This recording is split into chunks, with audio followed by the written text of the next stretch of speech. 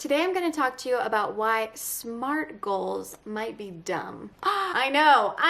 I used to teach SMART goals too. If you don't know what I'm talking about the acronym SMART: specific, measurable, attainable, realistic, and time-based goals. Share with you some thoughts I have around those and what might be even more beneficial. Hi, if you're new here, I'm Elizabeth Sterling. I'm a certified hypnotist and peak performance coach, and I'm all about helping you feel better so you can perform your best. When we narrow our goals down to something so specific, which is what a lot of coaches recommend, we're also narrowing our field of possibility. And that can make us miss out on something that could be even better. It was about almost 3 years ago now when I was getting ready to make my goals for the year.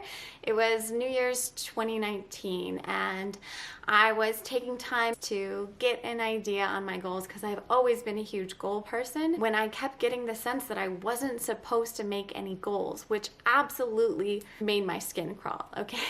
I really fought against that idea, but I kept hearing it again and again.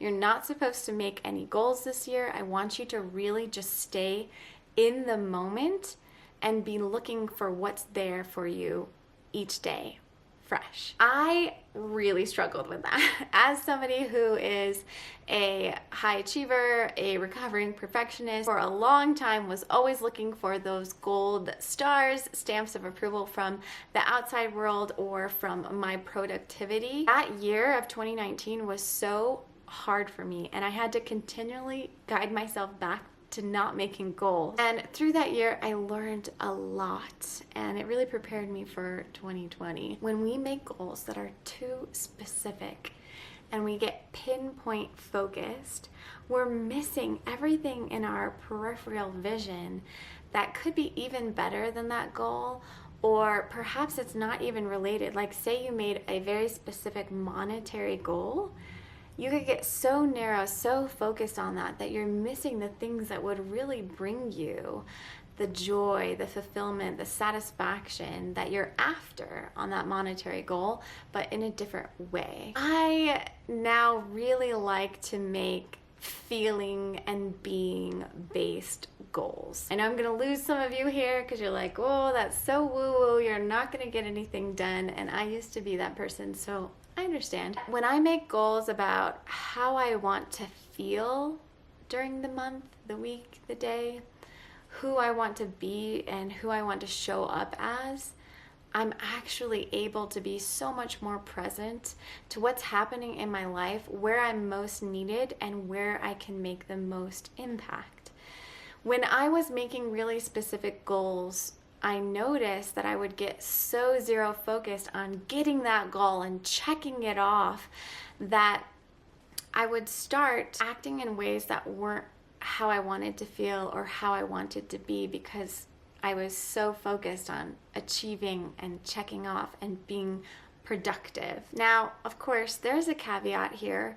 In order to make goals that are much more feeling and being based and that are able to change with what's happening, because let's be real, we have no idea what's actually going to happen as we move forward, and really we can only control ourselves. You have to be paying a lot of attention, and so you have to be able to pull yourself from distraction and focus on what your internal experience is.